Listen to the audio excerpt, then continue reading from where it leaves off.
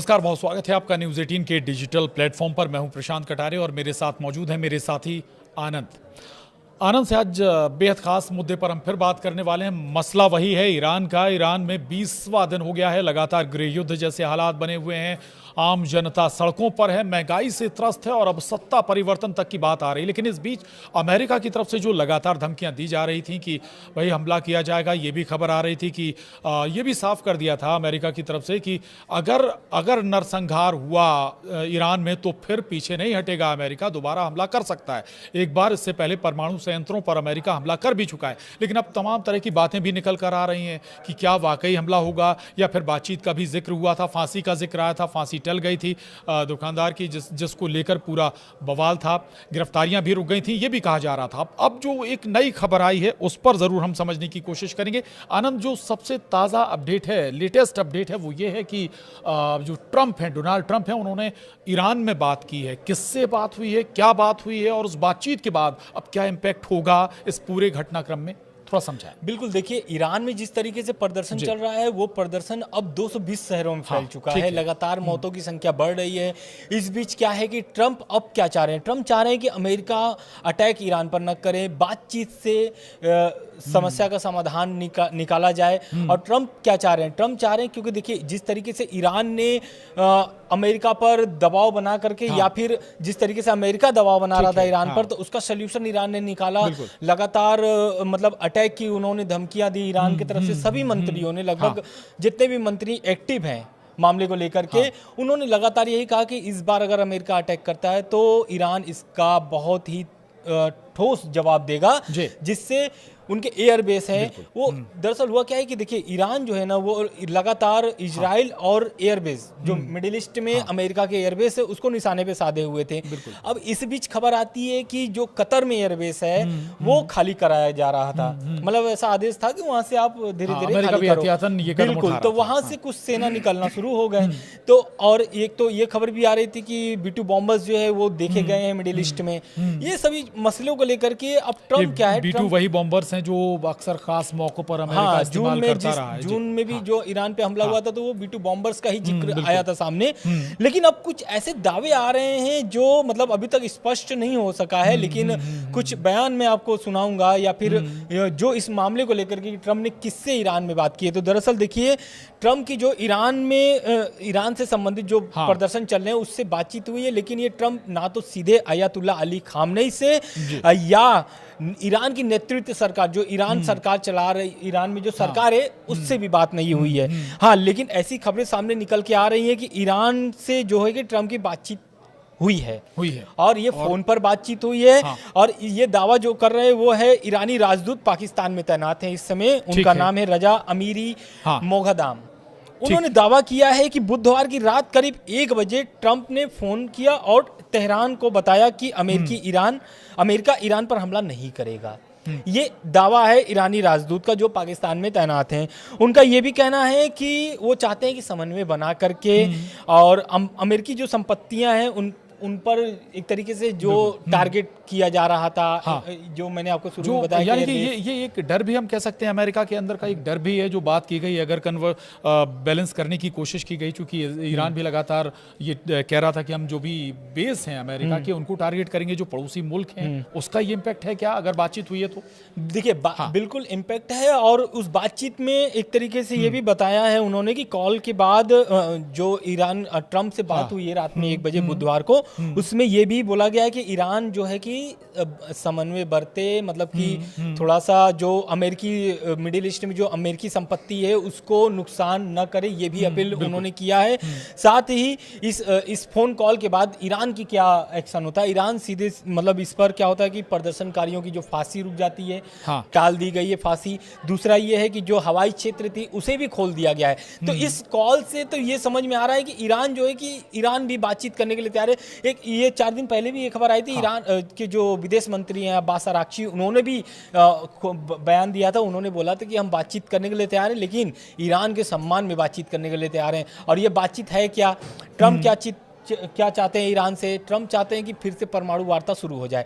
परमाणु वार्ता शुरू होने से एक फायदा ये होगा ट्रंप को कि ट्रंप अपने तरीके से फिर से जो प्रतिबंध लगे हुए हैं ईरान पर, अगर ईरान से बातचीत हो जाती है और वो बातचीत अगर सफल होती है अगर, तो कहीं ना कहीं इसमें ट्रंप अपना फायदा खोजेंगे और खोज भी रहे हैं। यही कारण है कि ईरान पर लगातार वो दबाव बना रहे हैं। उसके बाद एक खबर सामने और निकल के आती है, वो निकल के ये आती है कि जो अमेरिका हमला करने का पूरा एकदम प्लान बना चुका था, उसको अचानक कैसे अमेरिका ने मतलब रोक लिया या फिर अचानक कैसे उस पर बदलाव कर दिया।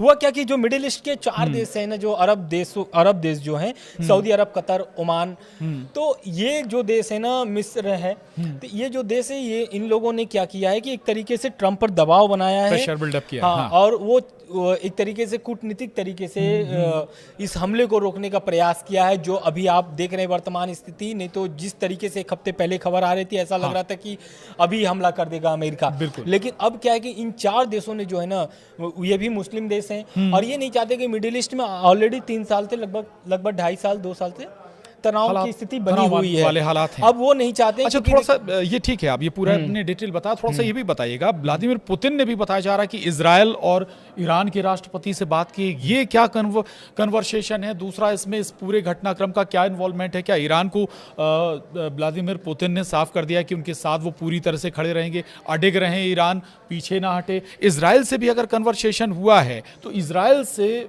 पुतिन का क्या कन्वर्सेशन, ये भी थोड़ा समझें। देखिए, पुतिन क्या है कि पहले एक खबर ऐसे सामने निकल के आती है कि पुतिन ने जो है कि ईरान के जो राष्ट्रपति हैं मसूद पेजेश्कियान, उनसे उनकी बातचीत हुई है। और किस विषय पे बातचीत हुई? बातचीत ये हुई है कि वो जो अभी ईरान में प्रदर्शन चल रहे हैं, उस मामले को लेकर के बातचीत किए हैं और वो चाहते हैं कि मध्यस्थता, बिल्कुल रूस जो है कि ईरान और अमेरिका के बीच जो तनाव है उसको कम करने के लिए वो पुतिन जो है मध्यस्थता करने के लिए तैयार है। वो मध्यस्थता मतलब दोनों से जो बातचीत डायरेक्ट अभी नहीं हो पाई है, जैसा कि ईरानी जो राजदूत हैं पाकिस्तान में तैनात, उनके इस बयान से तो सामने निकल के आ गया कि बातचीत हुई है। बिल्कुल, बातचीत होने के बाद ये सामने आया है। अब पुतिन क्या है कि पुतिन चाहते हैं कि वो मध्यस्थता करके इस मामले को जैसे भी हो रफा दफा किया जाए, मामले को ठंडा किया जाए, क्योंकि जिस तरीके से हवा दी गई है प्रदर्शनकारियों को, जिस तरीके से ट्रंप ने पोस्ट किया कि आप प्रदर्शन करो, आप सरकारी चीजों को कब्जा करो, मदद आपके लिए पीछे से आ रही है। और इधर आपका जो रेजा पहलवी हैं, वो अमेरिका में अभी निवास करते हैं, अभी अमेरिका में रह रहे हैं, उन्होंने भी हवा दिया इस प्रदर्शन को। तो यही कारण है कि आज जो है, आज की स्थिति जो है 220 शहरों में प्रदर्शन जारी है, आज भी जारी है प्रदर्शन। बिल्कुल, लेकिन अच्छा, अब बिल्कुल मैं ये पूछना चाह रहा था, इजराइल ने भी कहा है कि ईरानी जो गार्ड हैं उन्हें आतंकवादी घोषित किया जाए, यानी कि जो लगातार मौतें हो रही हैं उस पर आरोप लगाने का। बिल्कुल, आप ये सही कह रहे हैं, लेकिन इसके पहले एक और भी बात है कि मसूद पेजेश्कियान से बात करने के बाद पुतिन उसके पहले इजराइल के जो प्रधानमंत्री हैं बेंजामिन नेतन्याहू, उनसे उनकी बातचीत हुई है। अच्छा। और वो भी उनसे बातचीत करके ये समझाना चाह रहे थे और स्थिति को और मतलब बढ़ाना नहीं चाहते हैं। पुतिन का कहना है कि जो भी मसला है आप उसको बातचीत करके समस्या का समाधान निकालो, क्योंकि हमले से कुछ भी नहीं होला, क्योंकि पुतिन भी जान रहे 3 साल से रूस यूक्रेन का युद्ध चल रहा है, लेकिन अभी भी कोई भी ऐसा मतलब सामने रास्ता सोल्यूशन नहीं निकल रहा है। तो उसके बाद अब इजराइल का जो है कि नेतन्याहू का क्या बयान आता है। नेतन्याहू ने ट्रंप से फोन पर बातचीत की है, उन्होंने ये अपील किया है कि ईरान पर हमला टाल दिया जाए। तो कहीं ना कहीं ये सामने मामला आ रहा है। ईरान और अमेरिका का जो युद्ध वाला मामला था वो तो अब खत्म हो चुका है फिलहाल। लेकिन कुछ ऐसे दावे भी सामने आ रहे हैं। दावे क्या हैं? दावे ये हैं कि जो अमेरिकी सीनेटर है वो क्या कह रहे हैं? वो कह रहे हैं कि जैसा लोग कह रहे हैं कि ट्रंप हमला नहीं करेंगे, तो ट्रंप हमला रद्द नहीं किए हैं। ये चीज खास करके ध्यान रखना होगा। किया गया हो, अगर ईरान अपने रवैये में बर्ताव नहीं लाता है, चेंजेस नहीं लाता है, तो ट्रंप ऐसा नहीं है कि वो रद्द कर चुके हैं, नहीं कर चुके हैं। वो चाहते हैं कि बातचीत से समस्या का समाधान निकाला जाए, और अली खामनेई भी यही चाहते हैं। यही कारण है कि जो विदेश मंत्री हैं ईरान के, अब्बास अराक्ची, उनका ये बयान आता है, क्योंकि कहीं ना कहीं जो भी ईरान फैसला लेता है वो खामनेई साहब के विरोध कभी भी नहीं लेता है। खामनेई साहब जो बोलते हैं उसको ही लेकर के ये लोग सामने लेकर के आते हैं बयान। आज था शुक्रवार और जुम्मे की नमाज थी, उसमें भी बहुत सारे ऐसी चीज़ें बोली गई हैं जो कहीं ना कहीं प्रदर्शनकारियों को या फिर ये कह लीजिए कि हाँ। नकेल कसा जाए या फिर प्रदर्शनकारियों को डराया जाए, कुछ ऐसे वहां पर भी किए गए हैं। बिल्कुल। अच्छा, तो अभी भारत में भी जो ईरानी दूतावास है उसने अमेरिका पर निशाना साधा है। एक तरफ ये बातचीत, ये भी कहा जा रहा है कि भाई ट्रंप ने फ़ोन पर बातचीत की। अब दूसरी तरफ ईरानी दूतावास, ये किस तरह से, मतलब ये हम पीछे नहीं हटेंगे ना पीछे हटें, ये भी ईरान मैसेज देना चाह रहा है क्या? दरअसल हुआ क्या है कि भारत में जो ईरान के दूतावास हैं उनका बयान जारी हुआ है और सीधे सीधे उन्होंने बोला है कि अमेरिका पर सीधा हमला बोलना है। मतलब वो सीधे बोल रहे हैं कि अगर अमेरिका इस तरीके का रवैया अपनाता है, क्योंकि दबाव की राजनीति जब तक ट्रंप नहीं छोड़ेंगे, हाँ। ईरान भी बाज नहीं आएगा, क्योंकि ईरान ऑलरेडी बहुत सारे प्रतिबंधों से झेल रहा है। आर्थिक स्थिति उनकी रियाल गिर चुके हैं, रियाल तो इतनी स्थिति खराब है कि उनकी करेंसी कौड़ी की भाव हो चुके हैं।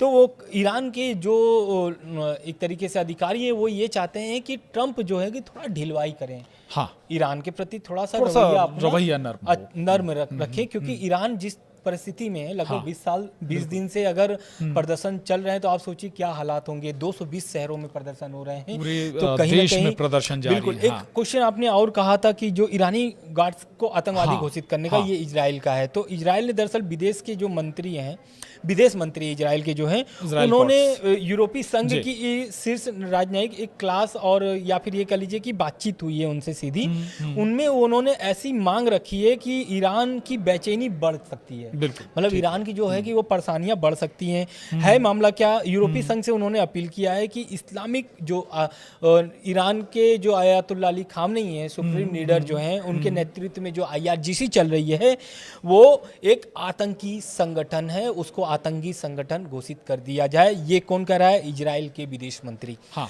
तो देखिए मामला समझिए, मामला क्या है कि एक तरफ तो ट्रंप सोच रहे हैं कि बातचीत हो जाए, उधर क्या है कि ईरान के जो राजदूत है वो कह रहे हैं कि हमला तय है ईरान की तरफ से। इधर इजराइल में नेतन्याहू कह रहे हैं कि जो अमेरिका हमला करना चाहता है उसको टाल दिया जाए।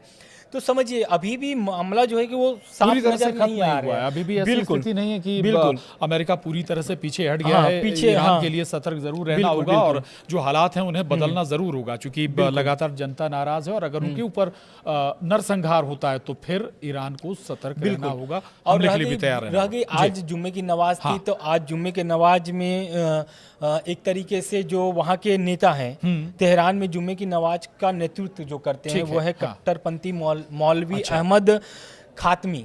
उन्होंने क्या कहा? उन्होंने कहा है कि जो गिरफ्तार प्रदर्शनकारी हैं उनको सीधे फांसी की सजा दी जाए। उन्होंने एक तरीके से ये फांसी की सजा की मांग की है। तो ये तो अगर वाकई जो मांग ये कर रहे हैं, अगर ऐसे इसमें से थोड़ा सा भी कुछ सच हो जाता है तो फिर तो ये मानिए कि भाई अमेरिका क्या पीछे हटेगा क्या? हमला करने से पहले भी एक बार हमला कर चुका है, परमाणु जो ठिकाने उन्हें टारगेट किया गया था। लेकिन एक ये स्थिति हो सकती है कि अमेरिका जो उसके बेस हैं वहाँ से अमेरिकियों को हटा ले, अपने हथियार हटा ले, इसके बाद ईरान को टारगेट करे। तो ये सारे पहलू समझने होंगे। बिल्कुल। देखिए क्योंकि यही तो डर था, ईरान में भी यही डर चल रहा था, इसलिए हलचल ज़्यादा ईरान में थी, क्योंकि जिस तरीके से अमेरिका का बयान आता है कि कतर की जो एयरबेस है उसको खाली किया जाए। क्योंकि हम लोग भी पहले आपको बता चुके हैं कि देखिए 4 जो देश थे जहाँ पर इनके अमेरिका के जो एयरबेस है वहाँ पर साफ तौर पर, चाहे सऊदी अरब हो, UAE हो, कतर हो, इन लोगों ने साफ तरीके से मना कर दिया था कि आप हमारे एयरबेस को हमले के लिए यूज नहीं कर सकते हैं, क्योंकि हमारी लड़ाई ईरान से नहीं है। आपकी लड़ाई है, आप अपना समझौता करिए जैसे भी करना है। हालांकि यही जो देश है, यही इन लोगों के ही कूटनीतिक दबाव के कारण ही ट्रंप ने अपना ये हमला टाला भी है।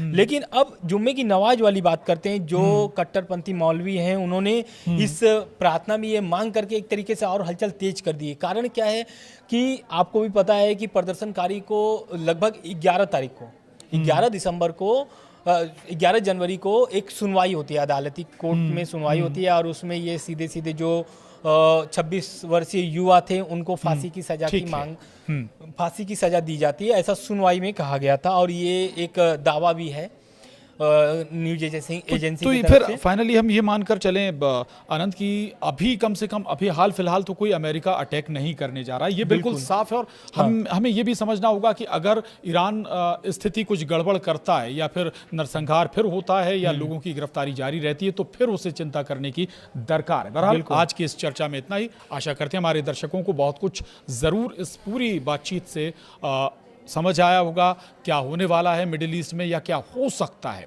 आज के लिए इतना ही। नमस्कार। नमस्कार।